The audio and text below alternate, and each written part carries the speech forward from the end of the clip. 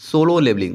तो पिछले एपिसोड में हमने देखा कि हंटर चा इग्रिस को हराने के बाद अब बेरू से लड़ने की इच्छा जताती हैं और कहती हैं हंटर संग से कि मुझे नहीं लगता कि ये तुम्हारा सबसे ज़्यादा ताकतवर सोल्जर था। मुझे अभी भी लगता है कि तुम्हारे पास और भी ऐसे सोल्जर्स हैं जो कि इससे ज़्यादा ताकतवर है। फिर इसके बाद हंटर चा बोलती हैं कि उन्हें बुलाओ। आगे हंटर संग बेरू को समन करता है और हंटर चा से बोलता है, आर यू श्योर? तुम फाइट करने के लिए तैयार हो, वो भी इसके साथ?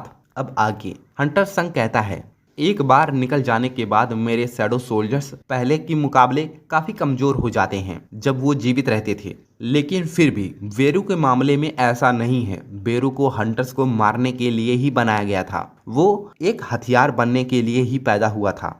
अगर मैं इसे इस्तेमाल करता हूँ तो मेरे जीतने की संभावना बढ़ जाएगी। आगे बेरू कहता है, माई किंग मुझे ऑर्डर दीजिए। हंटर संग कहता है कि उसे हराओ, लेकिन एक बात याद रहे कि उसे किसी भी तरह की चोट नहीं होनी चाहिए। Yes my king. आगे हम देखते हैं कि बेरू उसके ऊपर अटैक करने के लिए आगे बढ़ता है, जो कि अपनी खतरनाक स्पीड का इस्तेमाल करता है और वो एक जोरदार रोर लगाता है जिससे आसपास के सभी कांच, खिड़की और बल्ब टूट जाते हैं। इसे देखने के बाद हंटर चा बोलती हैं, क्या सच में? क्या संग जिन्बू जेजू आइलैंड पे इसके साथ लड़ा था? आगे हंटर संग बेरू को रोक देते हैं और कहते हैं, एक बात याद रखना, उससे दूर रहना और उसे किसी भी तरह का नुकसान मत पहुंचाना। हंटर चा मौका देखती हैं और कहती हैं कि ओपनिंग उसने की, अब मेरी बारी।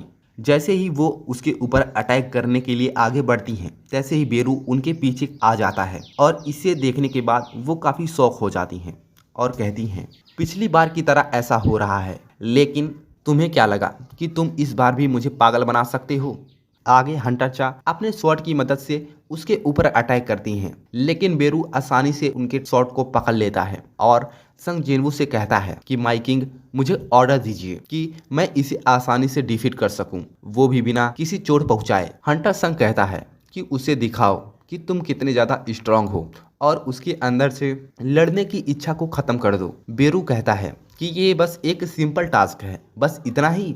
आगे हंटर चा अपने तलवार की मदद से उसके ऊपर लगातार अटैक करती हैं, लेकिन बेरू उनसे बच जाता है और हंटर चा बोलती हैं कि अभी नहीं। आगे हंटर चा एक बार फिर अपने शॉट की मदद से उसके ऊपर अटैक करती हैं, लेकिन वो फिर से बच जाता है और हंटर चा बोलती हैं, नो वे, वो मेरे अटैक से बच रहा है, वो भी बिना अपने पैरों का इस्तेमाल किए। ऐसा कैसे हो सकता है? आगे बेरू उसके चेहरे पर एक जोरदार रोर लगाता है, चिल्लाता है और हंटर चा जमीन पर आ जाती हैं। अब हंटर संग इसे देखने के बाद ऐसा कहता है कि लगता है कि अब इस फाइट का रिजल्ट निकलने वाला है और वो हंटर चा से पूछता है कि क्या तुम अब सेटिस्फाइड हो? हंटर चा बोलती हैं कि अभी नहीं और वो अपने मन में कुछ सोचती हैं, क्या मैं फाइट से दूर हो जाऊं? लेकिन यहीं पर हंटर संग कुछ और सोचता है और वो कहता है कि वो क्या सोच रही है। मुझे नहीं लगता है कि वो अपने ताकत और इस बेरू की ताकत को जानने के बाद अब उससे फाइट करने के लिए लापरवाह होगी। और आगे हंटर संग बेरू के बारे में कहता है, बेरू मेरे सभी शैडो सोल्जर्स में से सबसे ज्यादा अलग है क्योंकि उसके पास इंटेलिजेंट दिमाग है, लेकिन वो दिल से हत्यारा है, किलिंग मशीन है। और कहता है, अब भी मैं बता सकता हूँ कि वो मारने के लिए अपनी भारी प्यास को दबा रहा है। इसके बाद हंटर चा बोलती हैं कि ये सब शायद उसके कारण हो रहा है। आगे बेरू हंटर चा को चेतावनी देता है, कहता है कि तुम्हारी हिम्मत कैसे हुई कि एक नज़र जिंदा क्रीचर्स को पहचानने में कि वो शिकार हैं या शिकारी हैं। आगे बेरू कहता है कि एक शिकार अपने शिकारी से नहीं बच सकता, ये बर्दाश्त करने के लायक नहीं है। और वो हंटर चा के ऊपर अटैक करता है और हंटर चा उसके अटैक से बच जाती हैं और उसके ऊपर दोबारा से अटैक करती हैं। आगे हंटर चा अपने स्किल स्वॉर्ड डांस का इस्तेमाल करती हैं और उसके ऊपर लगातार स्लैश से अटैक करती हैं, लेकिन बेरू को कुछ खास फर्क नहीं पड़ा और उसने उनकी तलवार के 2 टुकड़े कर दिए। इस पर हंटर चा बोलती हैं कि मुझे बस केवल एक शॉट और मिला है, मेरे पास पर्याप्त माना भी नहीं है, इसलिए मैं केवल एक बार इस स्किल का इस्तेमाल कर सकती हूँ, लेकिन यह पर्याप्त होना चाहिए। और वो दोबारा से स्वॉर्ड ऑफ लाइट का इस्तेमाल करती हैं। जैसे ही हंटर चा स्वॉर्ड ऑफ लाइट का इस्तेमाल करती हैं, वैसे ही तुरंत वो अपनी तलवार को उसके सीने में डाल देती हैं।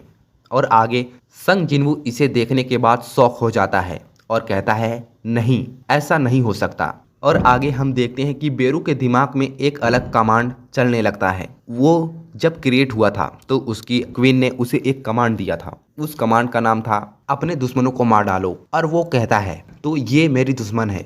इतना कहने के बाद बेरू काबू से बाहर हो जाता है और वो अपने पंजों के इस्तेमाल से उसके ऊपर अटैक करता है। संग जिनवू उसे रोकने का ऑर्डर देता है, लेकिन फिर भी वो नहीं रुकता। वो उसके ऊपर जैसे ही अटैक करने वाला होता है, सटीक मोमेंट पर आकर वो उसके हाथों को पकड़ लेता है और वो कहता है कि मैंने तुम्हें कहा कि रुक जाओ। इसके बाद हंटर चाक वो एकदम से घबराई हुई थी। इसके बाद संग जिनवू हंटर चाक के हाथ को पकड़कर उन्हें उठाता है और कहता है कि आर यू ओके, क्या तुम ठीक हो? हंटर चा बोलती हैं कि मैं ठीक हूँ। इसके बाद हम देखते हैं कि बेरू हंटर संग से माफी मांगता है, कहता है माई किंग मुझे माफ कर दीजिए, मुझसे गलती हो गई। संग जिनवू उसे देखता है और कुछ सोचता है कि तुम्हें बाद में देखेंगे हम। और हंटर चा से कहता है कि वाई, कि क्यों तुम अपने आप को इतना पुश कर रही थी। हमारे गिल्ड में शामिल होने के लिए इतने डीप में जाने की कोई ज़रूरत नहीं है। और हंटर चा के चेहरे से पसीना छूटता है और संग जिनवू कहता है ये सिर्फ एक टेस्ट था, ये हमारे गिल्ड के लिए एक एंट्रेंस एग्जाम था। एक हंटर्स जैसे कि तुम अपने लाइफ को खतरे में नहीं डालना चाहिए। आगे तो तुम इतने डीप में क्यों जा रही थी? और हंटर चा चुपचाप उसकी बातों को सुनती हैं। और आगे संग जिनवू कहता है कि क्या फिर से तुम कुछ नहीं कहना चाहती? तो हमारी डील का क्या हुआ? आगे हंटर संग बोलता है क्या तुम मुझ में इंटरेस्टेड हो? लेकिन ये सुनने के बाद वो कहती हैं कि क्या? और संग जिनवू कहता है क्या ये तो नहीं? हंटर चा बोलती हैं कि हाँ मुझे भी ऐसा ही लगता है। और यहीं पर ये चैप्टर क्लोज हो जाता है।